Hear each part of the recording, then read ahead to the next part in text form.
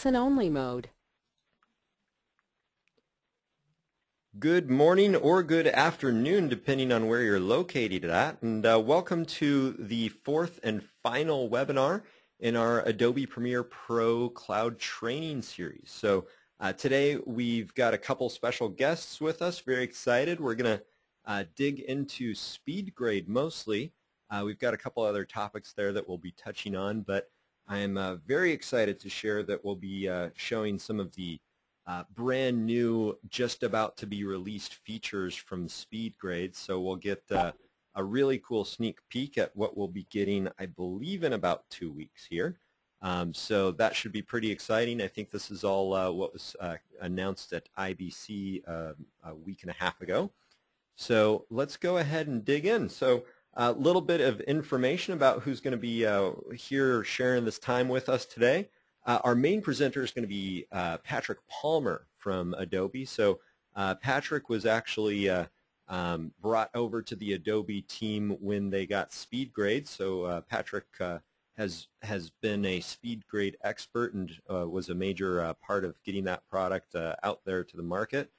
So we're very pleased to be joined. Thanks for joining us today, Patrick. Pleasure, and good morning, everyone. Excellent. And then we've got our friend Sebastian from Toronto, who is yet another fantastic Adobe resource. He'll be joining us, and kind of he's going to help keep an eye on the questions and kind of do some interacting with the audience. So please, as we're going along, be typing questions. Sebastian can answer some of those on the go. And some of those we'll also bring up to Patrick and kind of dig into them so everybody can hear some of the answers. And then we've also got Terry Williams from AJA joining us to talk about AJA for a minute.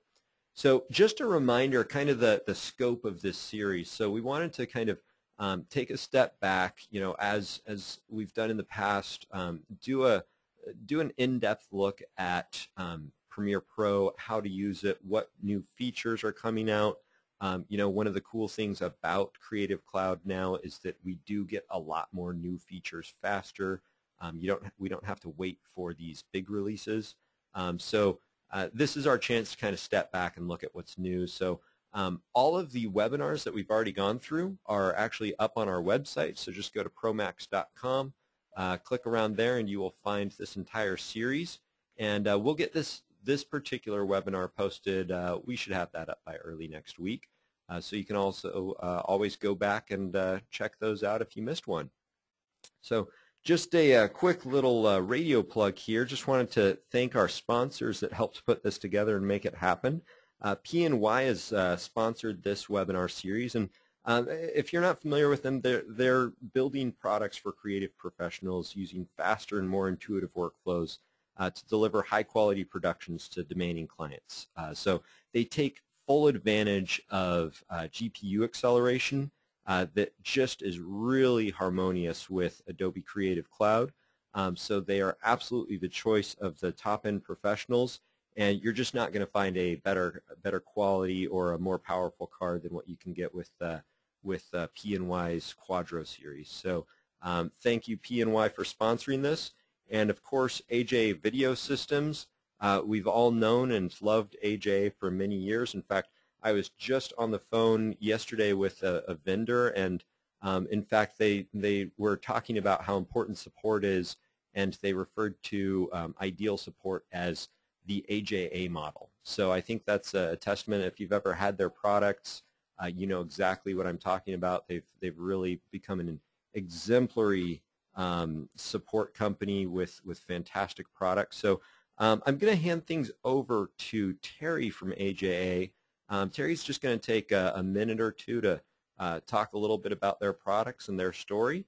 And once Terry wraps up, we will jump right in and dig into some very exciting SpeedGrade topics here. So Terry, you should see a screen share request there if you want to accept that, and take it away. Okay, well, let's see. Let me see.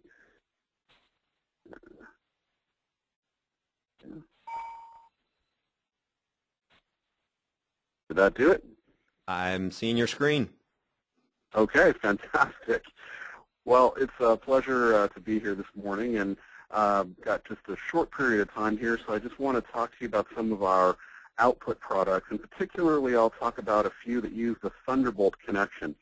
We've got the IO-XT, which connects to computers with Thunderbolt, and it allows you to both ingest and play out from your timeline and to capture 2 files on the computer and a number of various codecs. The nice thing about the IO-XT is it does not have to be the end of your Thunderbolt chain. We've added a second Thunderbolt port on there so that you can go on from the IO-XT to other Thunderbolt devices.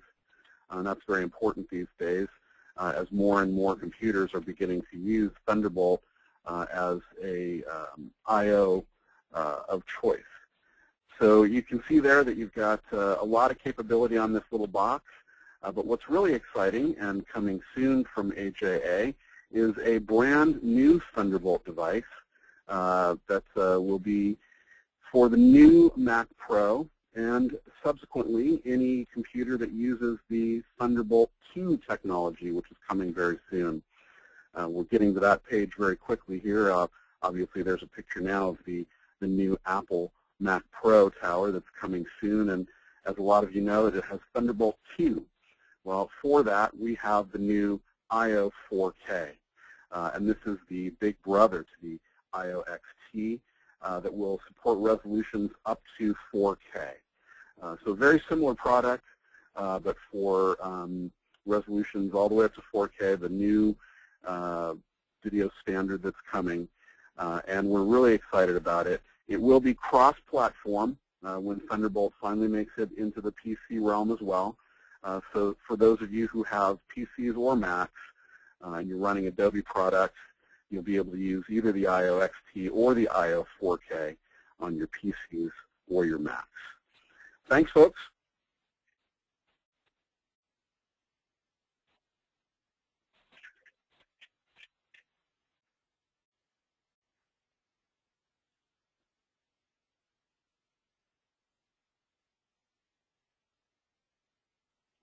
Alrighty, I think I'm going next. So my name is Patrick Palmer. I am the Senior Product Manager for SpeedGrade as well as Adobe Media Encoder, which makes it so pleasant to be here today because we're talking about both. And obviously I love both products. As Nate already mentioned, I originally started working on SpeedGrade at Eridas. I was actually there when we had the inception of the product. That's pretty much exactly to the day 10 years ago. And with this release that we're bringing to Creative Cloud by mid-October, we actually will present, I believe, the largest and most exciting update in the history of SpeedGrade. So, talking about SpeedGrade, we'll immediately switch over to Premiere Pro, and there's a really good reason why I want to do this. We had lots and lots and lots of feature requests for better integration with a non-linear editing workflow. Not to say a lot of people said it's kind of ridiculous that we went non-linear with editing many years ago, and then all of a sudden there was DI, and we had to conform, to render, to reconform. A lot of vocabulary already back into the mix that made it very obvious it was not that much non-linear as soon as you wanted to add grading to your production. We're going back to nonlinear with the new workflow we're introducing with this new version of both Premiere Pro as well as SpeedGrade, and they're kind of tied together in a way that I think is really extraordinary, in a sense that both applications now share each other's core engine. And we started that with the Creative Cloud release that we brought to the market earlier this year in June. And just in case, if you haven't seen it yet, I'm just going to quickly show this to you. It's actually already selected, but if you're looking for LUT or for look in the effects control panel here, you will immediately see both the Lumetri effect as well as the Lumetri looks. Now, if we bring that up and make it a little larger, you can actually easily browse them. Let me quickly do that. You can browse the presets. That's an interesting piece because obviously some things are rather standard, like getting a little warmer, getting a little colder, changing saturation. So for a quick and fast workflow, That's actually kind of cool that you have interesting presets to choose from. For example, a whole lot of things you can do with color temperature on any given file. But obviously, these are only meant to be a starting point. Except for the ones that we list under cinematic, these give you specific style already. So let's actually quickly go ahead and do that.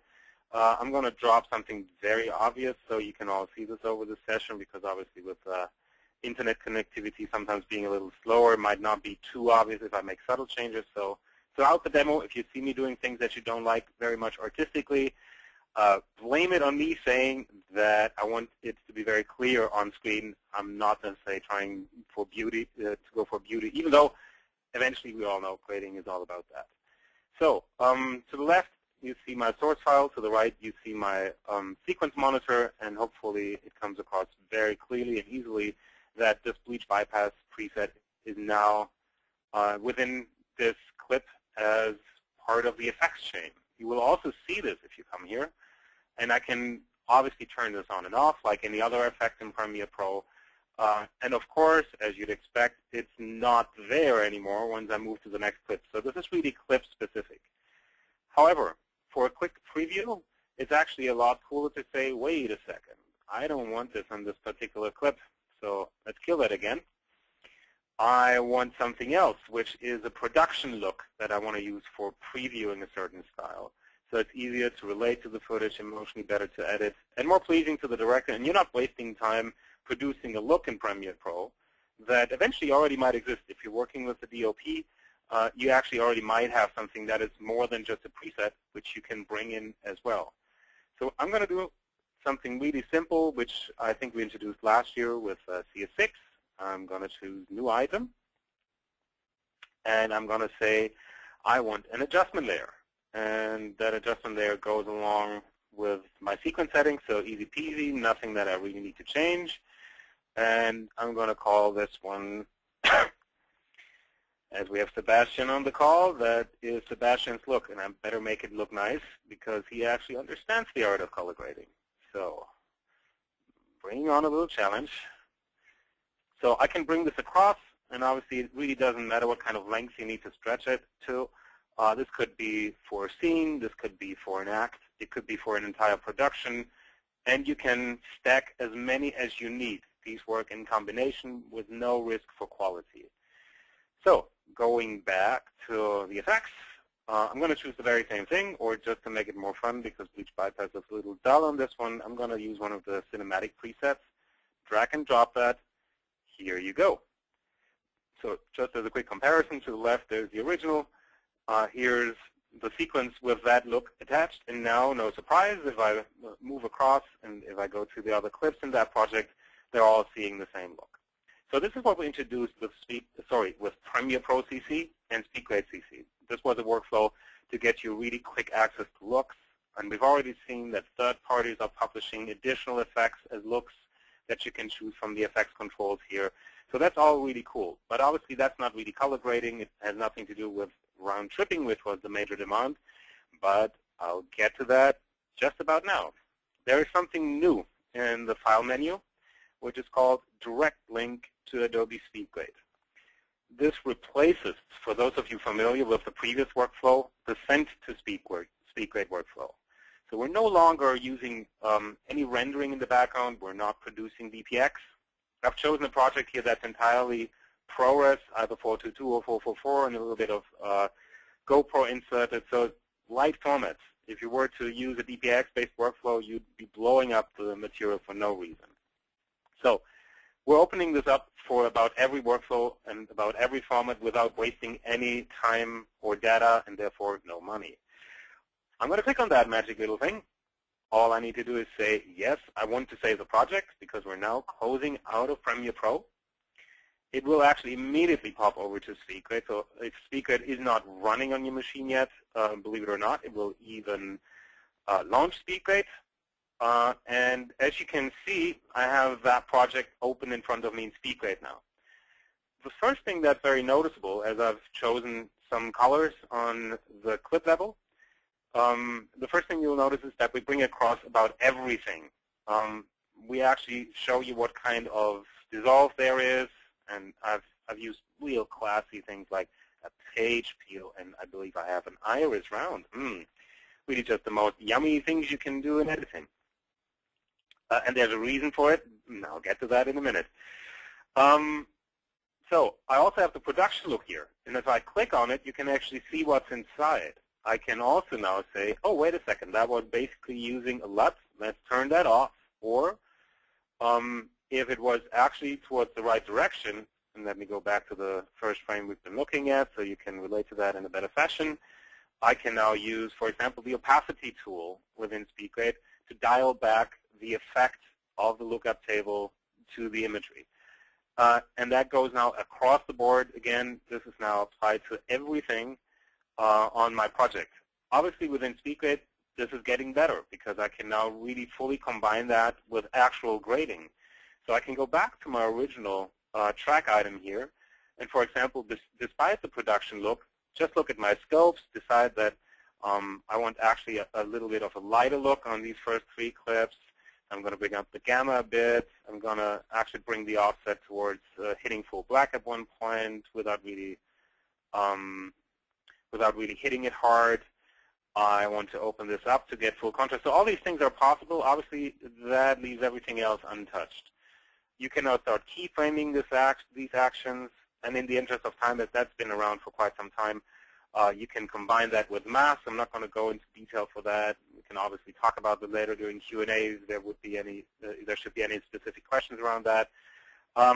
Obviously, I can now start creating snapshots if I want that as a reference frame for other purposes. So I can easily now bring that in and use that either internally as a reference. For example, if I were to say, let's give a bit more golden coast to this, warm it up a bit further, I can compare that now to the reference frame to the right, something we introduced with the CC version in case you didn't catch this one, as I don't think we heavily promoted this yet.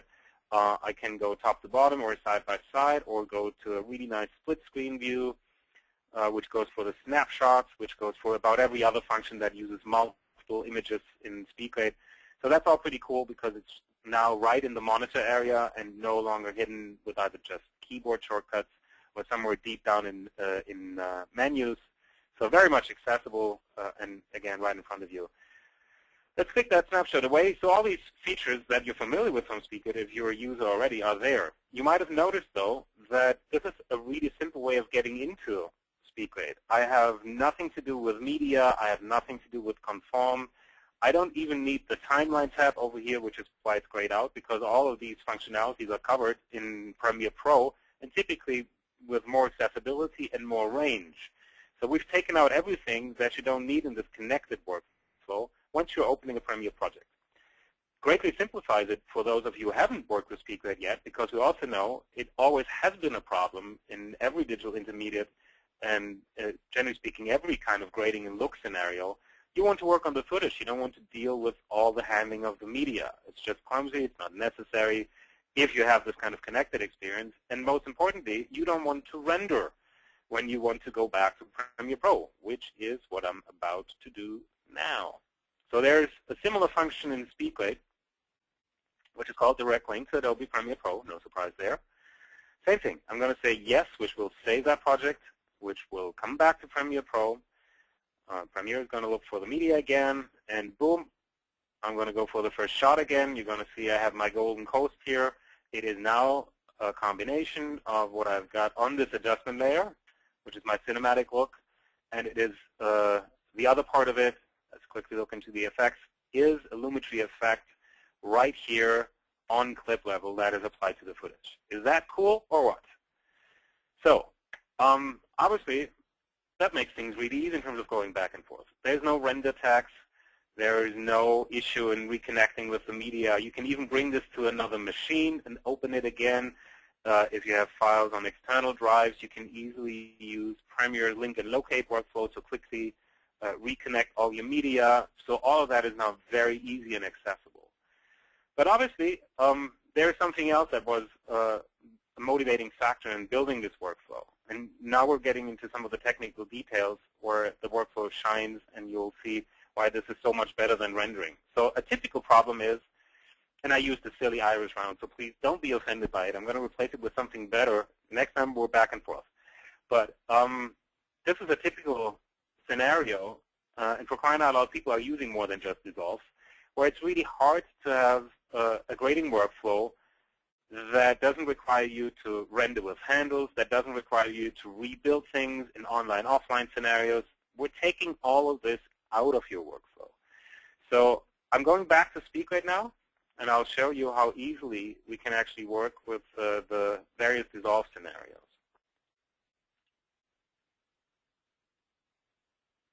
So there we go. You'll also notice this is really quickly going from one application into the other. And my startup list is almost full.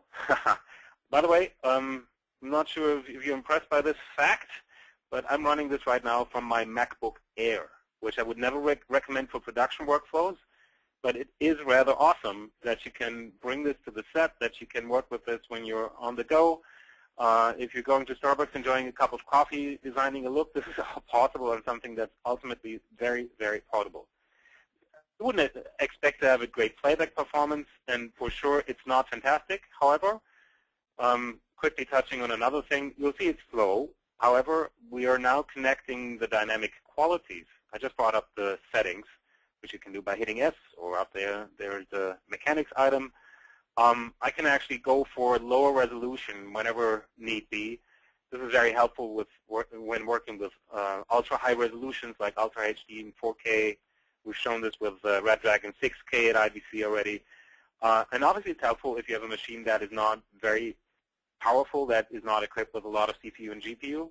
So really flexible on a number of levels now in terms of where you can bring it to and how you can take advantage of the creative aspect of the application and taking the technical pieces out of the workflow as much as possible. Here we are, my lovely iris. So I'm going to do the following, just to make it very obvious. Again, not trying to go for any beauty, as otherwise we'd be running out of time. I'm just going to lower the input saturation on the second piece. So you can now see that I have color on the clip going into the dissolve, and there is nothing completely desaturated on the second one. Within SpeedGrade, we're now rendering the entire stack of dissolves that are available with Premiere Pro. So it's not only that it's there on display, this actually ties in with the grading workflow. It's now a native element of the grading workflow. So there is no issue like you would have to indeed render out with handles now, or that you couldn't see it immediately because this dissolve is not available in the grading application. Whatever effect you're using, this even goes for third parties, is available straight from within SpeedGrade with no further ado. Also true for when I'm doing this on a cross dissolve. Actually just doing the same thing here because I still think that's the most obvious thing I can do. It really doesn't matter what it is. And best of all, by the way, if I were to apply something like Warp Stabilizer in Premiere Pro, that's also just an effect from the new perspective we're gaining with this new technology. So everything you do, even something as sophisticated as Warp Stabilizer, is coming through without rendering. So you would see a stable, nice-looking image in SpeedGrade without doing anything in Premiere Pro, but actually getting that effect applied. So that's slick and nice. Before I send it back, and we're going to change the dissolve so you see how that impacts your creative freedom to turn things around whenever your client is looking at you for a change, I'm going to go for something that indeed my MacBook Air will not be happy with, but I'm going to do it at any rate. So these are 4 clips stacked up now. So a classic picture-in-picture. By the way, why not take advantage of it, as we do have this functionality. So I can touch all of them individually. Yet again, just making this very quick and obvious, I'm going to desaturate the second one here, which I believe is top right.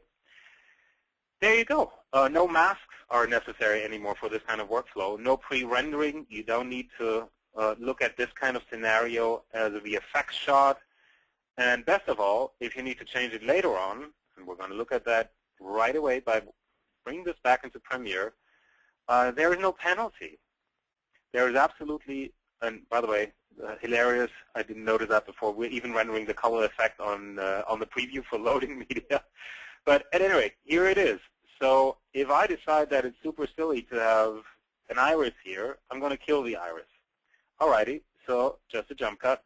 If I want a different dissolve applied, say the reasonable thing, like a cross dissolve, I can come back, and same thing here. As grading is now an interactive part of this setup, as the grading engine is live in Premiere Pro, I don't need to go back, I don't need to render, I don't need to worry about handles or anything.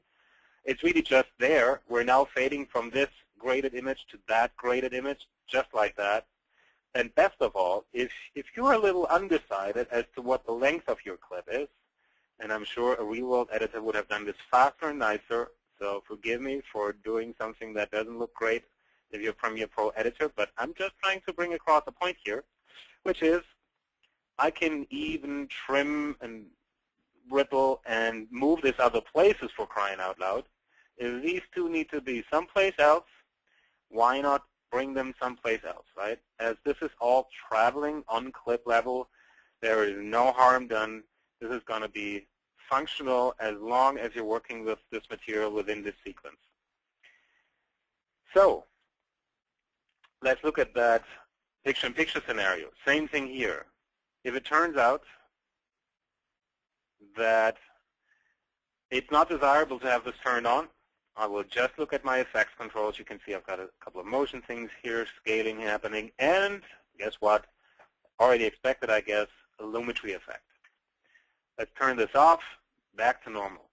So that's another advantage. If it turns out you have something that you think you might need for finishing something or for quickly rendering something for a client, but it's in the way for working, you can always turn it off when it's in the way and bring it back in, especially helpful with the adjustment layers. By the way, that also is going to help performance if you're on a less powered machine.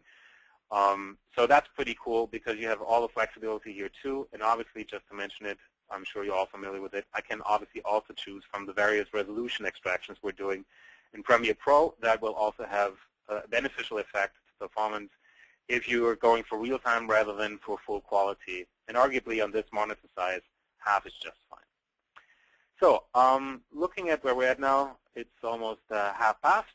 I probably should switch over soon to AME, but I'm wondering if we should actually take questions now. I think we had originally thought to do Q&A towards the end. So I'm going to ask Sebastian, do we have a lot of questions on the chat pod as I can't see it right now? Well, so far, I think everybody's just, jaws are dropped because there's no questions so far. So if you folks want to ask any questions, please do while Patrick is presenting, and I'll answer them. And if they're really great ones that everyone needs to know about, then I'll repeat them. So good to go, Patrick. Excellent. And in this case, I'm going to show you some more of the features that we're bringing to the October release of SpeedGrade in particular. So you might say, this is all great, but how about other sequences? And you can already see, otherwise I would not have it in this demo. I have other sequences, really just small examples, one of them being the entire sequence I just did as a nested sequence in another sequence. And as you can see, here's my black and white. So I have the beach to waterfall sequence, just to quickly go back and remind you of that, with that particular dissolve into black and white. I have not touched until then the rough cut scenario I created. This is a nested sequence, exactly this sequence, brought into another sequence. It is respectful of the grading. So you can easily imagine that this allows for a workflow that has been unthinkable up until now. You can actually, for example, work on scenes, or if you want to have any other kind of differentiation between parts of your project, you can easily slice that into objects, create sequences for that, fully grade that, then bring all of that into a master sequence.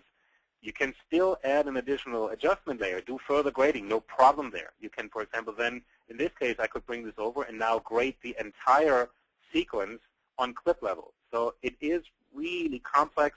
It goes into a lot of detail, and you can design beautiful workflows that, again, I think so far no one even dared to do, simply because it was so complex going back and forth and building something within the editing workflow that would be respectful of grading decisions. So, but obviously it gets better. It has to be better because I want to use 2 more minutes, and therefore we're going to send it back.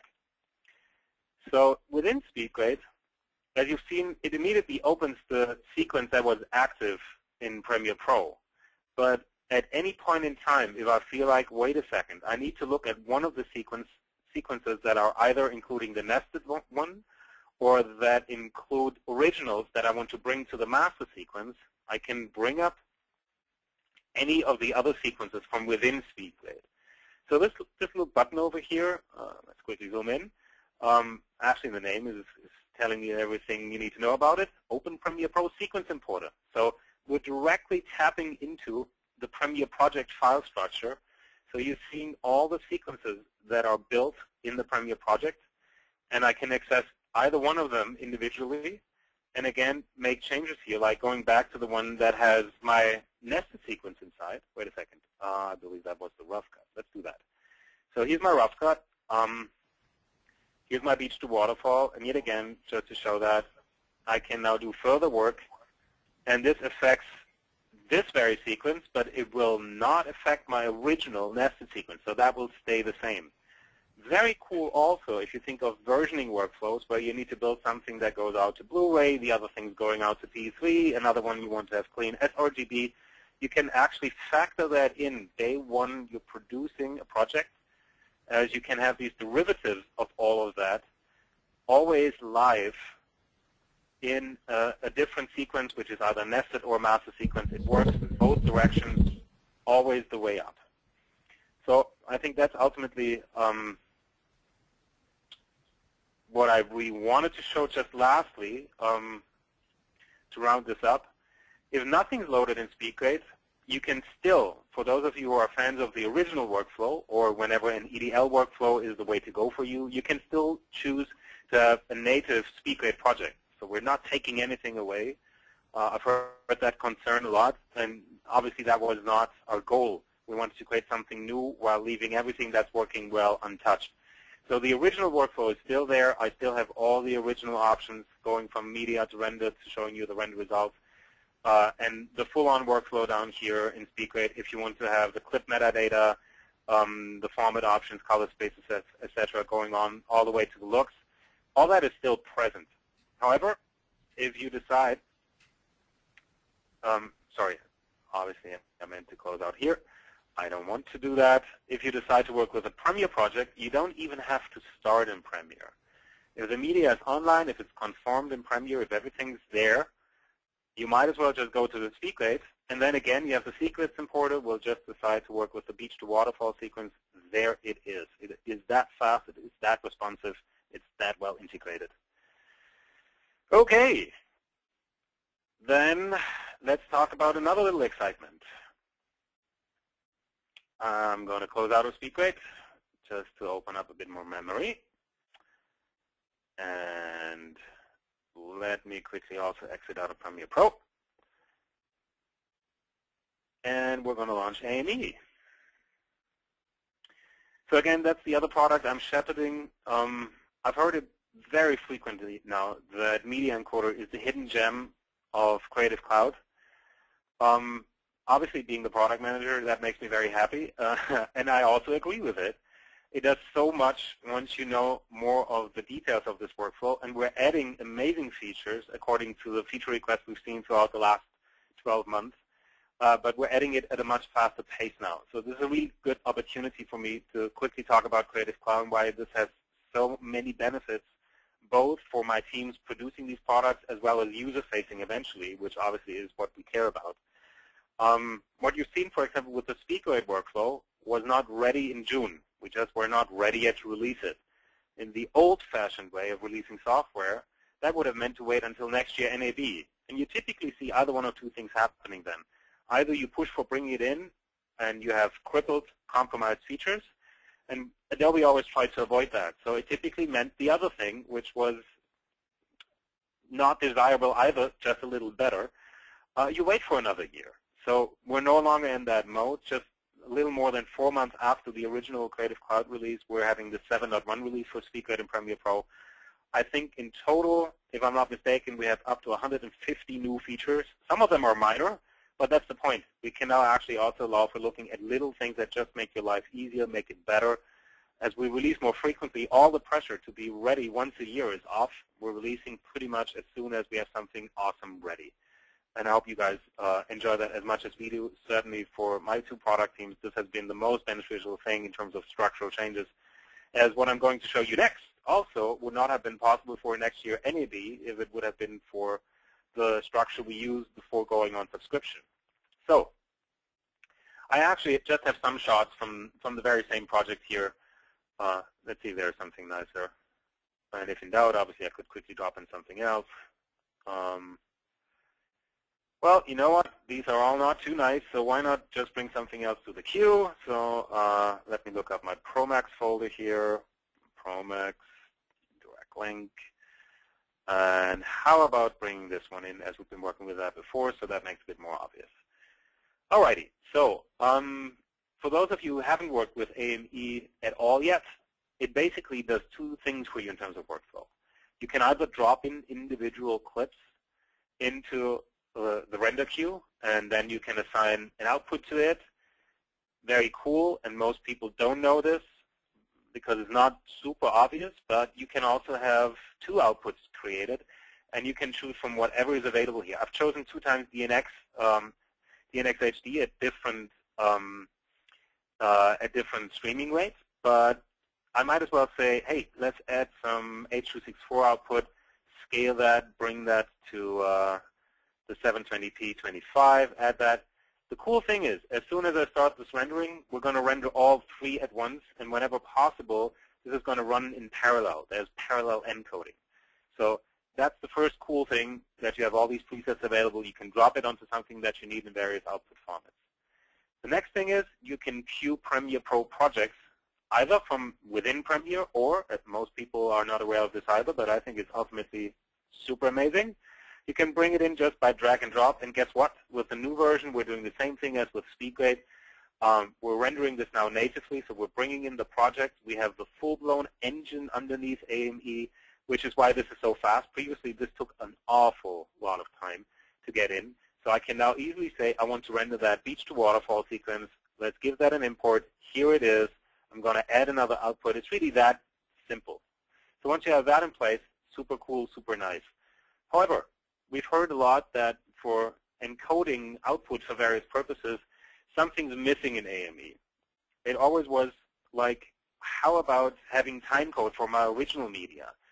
So if in doubt, if everything else in terms of metadata is screwed up, and Lord knows it never happens, right? You're all familiar with that problem. So I still have a visual reference. Obviously, for some other purposes, timecode burn-in is very helpful. Same goes for text burn-in. We've heard a lot that a visual watermark, a visual burn-in would be nice. And the October release is going to bring a lot of that functionality to AME.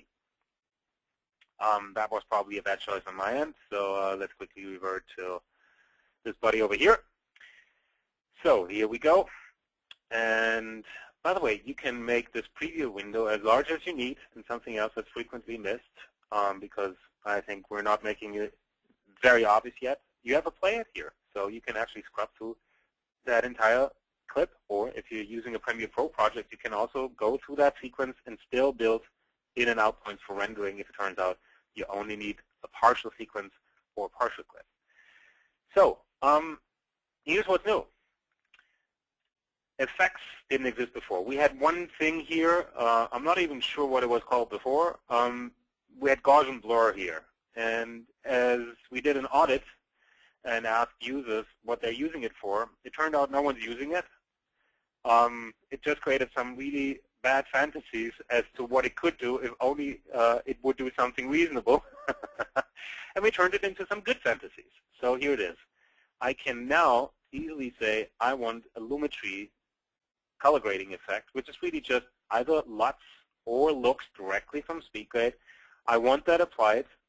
I'm going to go for something that I've created just about an hour ago, which is in my Promax folder. And I've got 2 looks here. I'm going to use this untitled one just for now. And I think that was probably too subtle.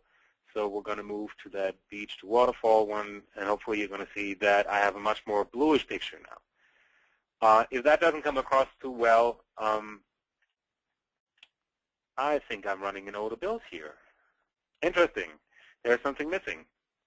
How about I'm going to do some magic, and run a newer build within less than a minute, and we're going to talk about questions we have in the Q&A, because this is too cool to be missed.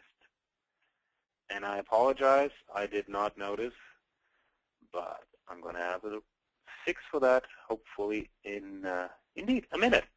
Also a cool thing to see how quickly we can actually bring in a new build now with the new mechanism and the new updates we're using for Creative Cloud. Sebastian, any questions we can answer in the meantime?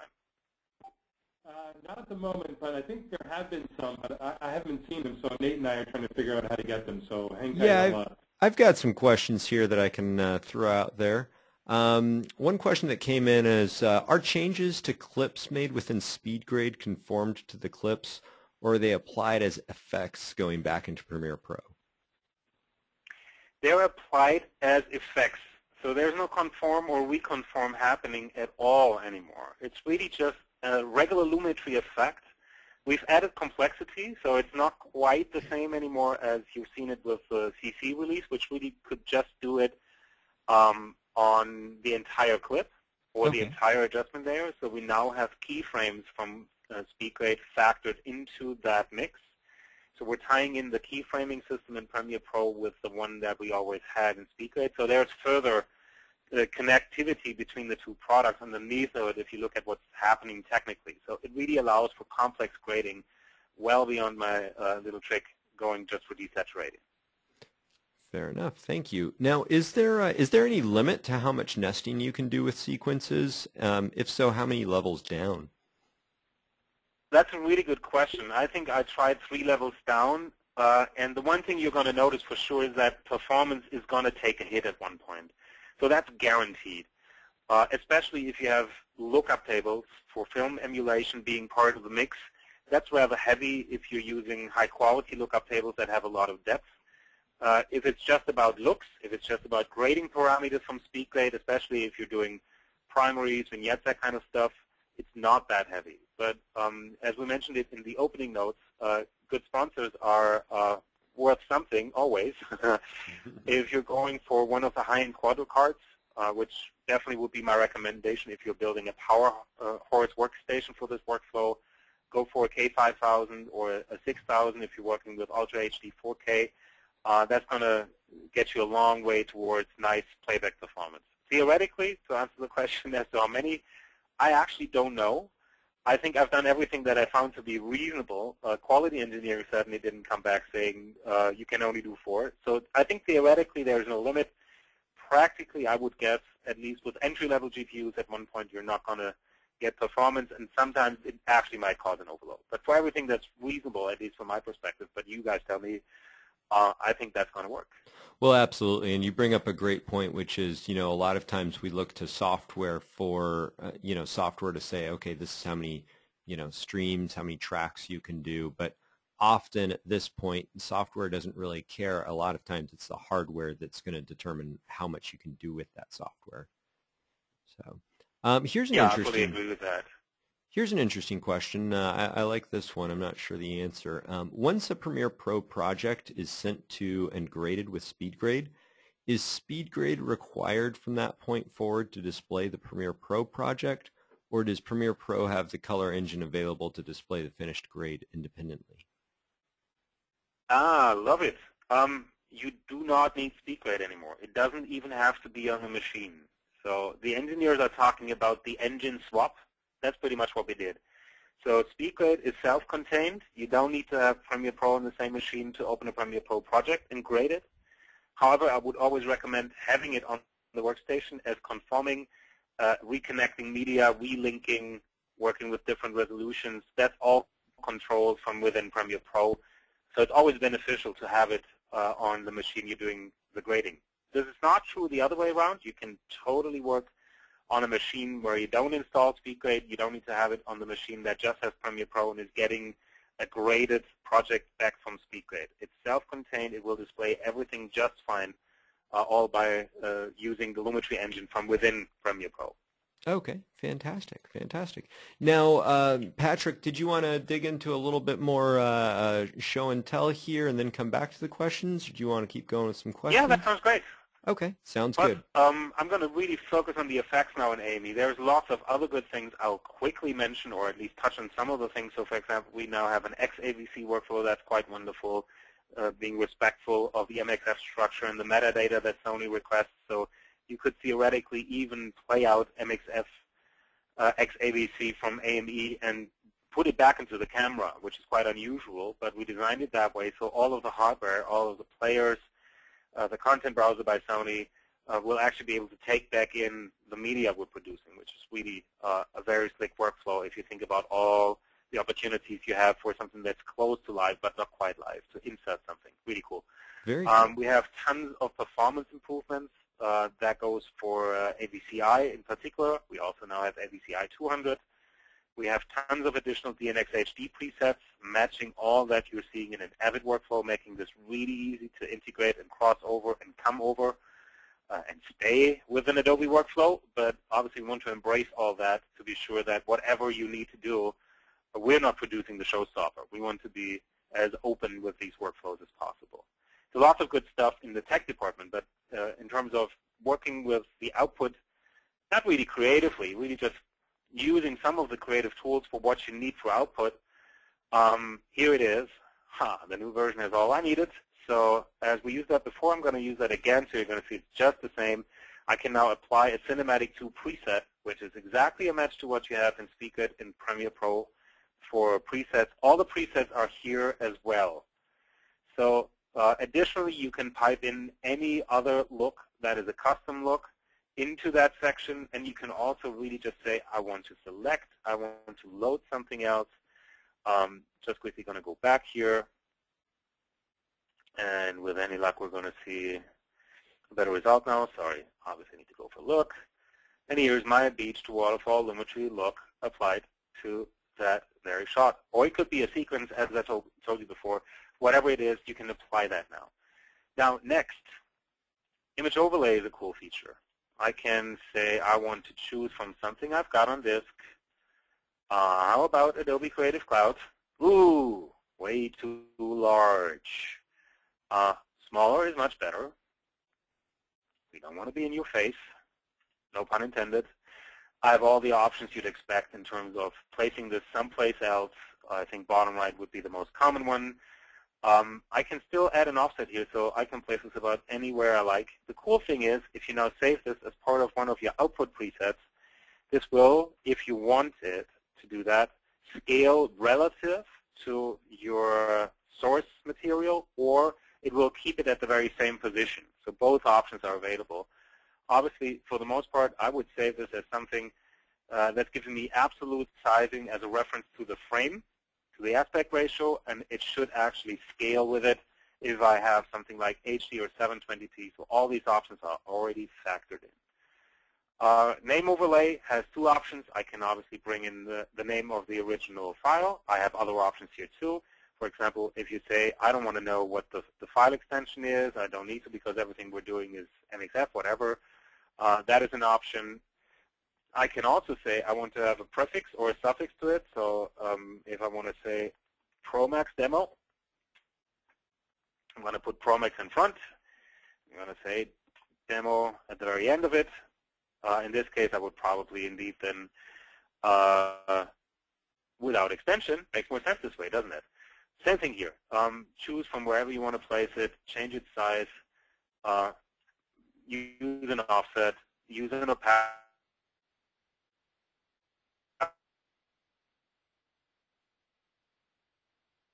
If this is too heavy, all the things that you'd like would now want this to be a little bit up higher. And finally, I think this has been on our feature request list for roughly 3 years. We really just couldn't do it without some of the GPU acceleration we now have in the product, which is something else, which I'll mention and show you again in a second, because all these things would have been so slow that it wasn't worth bringing it to the product. So we now see a definitely benefit from all the work, from all the investment made in bringing GPU acceleration into the mix. So if you have just a CPU in your machine, I would actually not necessarily recommend at least a combination of these effects. That might slow you down. If you have, for example, a quadro card in your machine and a proper CUDA driver installed, this will not tax your output encoding speed all that much. So I've got all that. I'm going to say I want that. Again, obviously, I could also save this as a new preset now if I want it. Right, so up here, would that be opportunity to let's just do it. This is my ProMax. So that I can now easily bring to any other media I bring in. So I only have to design this once, really. As I'm not on a CUDA-enabled machine, I actually forgot about that. I'm just going to show you where to find it. As soon as this out, you will have an option in the preferences to say that your video rendering should not be software only, but you're going to use, for example, CUDA as an alternative or OpenCL. So watch out for that. That's new too. On some scenarios, when you're rendering Premiere Pro sequences, that is highly beneficial. You're going to see much better output encoding speed. If it's just about encoding H.264 from incoming clips, it's not going to give you any performance add-on because that is not hardware accelerated. It's really just about the things you do on top of file in, file out. Alrighty, I think we're nearing the top of the hour, 10 minutes left to go. I'm going to stop talking and let's do Q&A. Very cool. Well, one thing I wanted to mention to everybody as well, I'd really encourage you to all to check out, we've got a blog actually. Patrick, you brought up GPU acceleration, and I know that's a really hot topic right now. One of our tech guys actually just put together a blog on how GPU and CPU is different and why each one matters and how they handle different types of functions and where to use what. I'll tell you, I know technology, but he's a much smarter person than me, and I've always had a little bit of cloudiness around that topic. So if you are in the same camp as me and don't cloudiness, nice. Yeah, trying to make it, trying to wrap it into technology. But no, if you're like me and that seems a little bit confusing, I definitely recommend checking out our blog at promax.com and looking for that GPU one. It was really helpful for me. But without more shameless self-promotion here, let's dig into some of these questions. And one of the questions is, are there any disadvantages to opening a Premiere Pro project directly in SpeedGrade versus opening the timeline from an open Premiere Pro project? No, it's absolutely the same. There is only one I can think of, which I mentioned already. We don't allow to reload media. We don't allow to link and locate. So that is something that's exclusively in Premiere Pro. I shouldn't say we don't allow. It's just not part of a SpeedGrade workflow, right? And as Premiere Pro always is the origin of this kind of project, we also focus on better integration rather than bringing over this particular piece. So that's the only thing I can think of. If it has been open on this machine even just once, there's no reason to start out with Premiere Pro. You can easily just work from within SpeedGrade. For example, if you have to grade a lot of material, this would be one of the examples I can think of, and you need to go through, I don't know, 10 projects. It is very beneficial to actually do this in SpeedGrade only and just open it, work with it, save it. We're saving to Premiere Pro, right? So you don't need to use the direct link. There's always a save in between. So open it, work on it, save it, open the next one, work on it, save it until you're done. This is great because I think it's been mentioned already. If you run both applications in parallel, obviously that's going to tax your system, right? So there's a little bit of CPU that's reserved for both products. Certainly, there's always a chunk of GPU that we're going to reserve for both of them. So if you want to get the maximum out of the system in terms of productivity, if you focus on just grading, I would always say either send with a direct link workflow, send it over, and then close Premiere Pro if you work for a longer period of time in SpeedGrade, or only open it in SpeedGrade. Both are really good workflows. Awesome. We've just got a couple questions left, so if anybody has any last-minute questions, we'll wrap these up and get going here, but feel free to pop in one or two more if you've got a couple last ones. But as far as Encore goes, according to the Adobe Encore FAQs, the CS6 version will be the final release of this product. Is there anything you can say to that? Yes. So that is sure thing. accurate? So this is accurate. Yeah. Well, I think our FAQs are generally speaking pretty accurate. Fair enough. Probably more accurate than what I'm going to tell you. What it probably doesn't tell you is what decision is behind it. So very obviously, we don't want to take it away because as much as shiny disk is not a growing market, it is a market. And I'm sure a lot of you still have to produce DVDs, Blu-rays. And Encore certainly is one of the nicer products out there helping you with that task. So that's the reason why we're not taking it away. That's the reason why if you're on Creative Cloud, you can still access the CS6 version of it, which is kind of a golden version, really, from every perspective I can think of. There's not a lot we would be adding if it would still be in the newer line of products. The reason why we're no longer doing it, simply put, is because, indeed, shiny disk is you know, I keep hearing requests for SD-specific features in Premiere Pro. And if I say I keep hearing it, that means one person once a year says we need more SD-specific features. It's the same thing here, right? SD is pretty much dying. It's on its way out. It's done to perfection. So we're investing in basically everything that doesn't even look at resolution. We're making investment in resolution independency, and we're embracing Ultra HD formats, 4K. It's the same story here with Encore. The reason why you're seeing so many new features in Media Encoder today, simply put, is because we moved over development resources from the Encore team. We now have a dedicated team working on AME. It's no longer something that we're doing as a shared component. So there's a lot of good stuff happening instead. It's just a trade-off to explain to you the business decision here. But yet again, we're not taking it away. Encore is still there. This version you can use forever if you're on Creative Cloud. So there's no reason to be concerned about that. No one's killing that for you. The only thing to be aware of is that the dynamic link integration, if you've been one of the pro users doing one of the expert workflows, the dynamic link integration does not work with newer releases of Premiere Pro. So that's the one thing to keep in mind. I know that's to a certain degree, if you have been using that, that's kind of regretful, but you can always run the CS6 version of Premiere Pro if that's your main workflow. And as if you're using Creative Cloud as a single subscriber, just to point out one more advantage here, as you've got two licenses, one of the things I've seen frequently now is that people are actually using the CS6 version on one machine. If that's what they're doing a lot, and then they use the current CC product on that other machine, there is no harm in doing that. You can even go, obviously, from the CS6 product, start a project there, and move it into the CC version. So there's a lot of flexibility once you dig into that. Very cool. And can you save encoding cues now? No. High on our list. Can't tell you yet when that's going to be in the product, but I have a feeling you might not have to wait for too long. All right, fair enough. And does CS6 have audio sync the same way that Creative Cloud does for multicam? No, that's something I believe that has been added. And Sebastian, correct me if I'm wrong. You're certainly more into Premiere Pro. I think that has been added with this year's release. That's right. It came out with Creative Cloud. Got it. All right, fair enough. And last but not least, unless any others trickle in, is there any noise reduction in SpeedGrade? No, there is no noise reduction to speak of. There is something that allows you to reduce grain, and you can certainly use that against noise as well. And it does a decent job. I would say if that is something you need to do, and you need to have good control over that functionality, go for After Effects.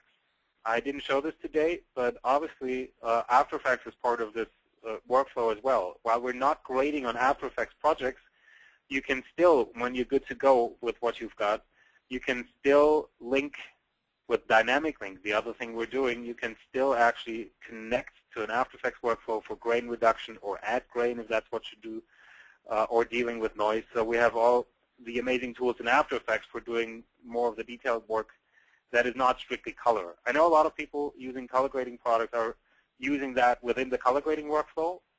I would dare to say now that with the painless workflow we just created, looking back, you did that because it was so hard to go back to something else. And it was so hard to bring that in a metadata-driven workflow. As we've taken out these obstacles, hopefully you're not going to feel much pain by not having these tools in SpeedGrade. If you do feel pain, and that's a general comment I'm going to make, not about this particular topic, but really an overall comment. If you do feel pain about anything we're creating, please let us know. Promex is certainly a very good point of contact for you because they're letting us know. They will make us feel the pain. But obviously, we have feature requests sites up on adobe.com. There are SpeedGrade and AME forums. Obviously, for every product, we have a forum up there. So I really would like to encourage you to be vocal about the things you like and about the things you don't like. Patrick, can you just touch really quickly on monitoring now that we've got this new engine in SpeedGrade, that supports I/O cards and so on? Yeah. Right. So SpeedGrade still does what it always did. You can just attach a second display, and if you're working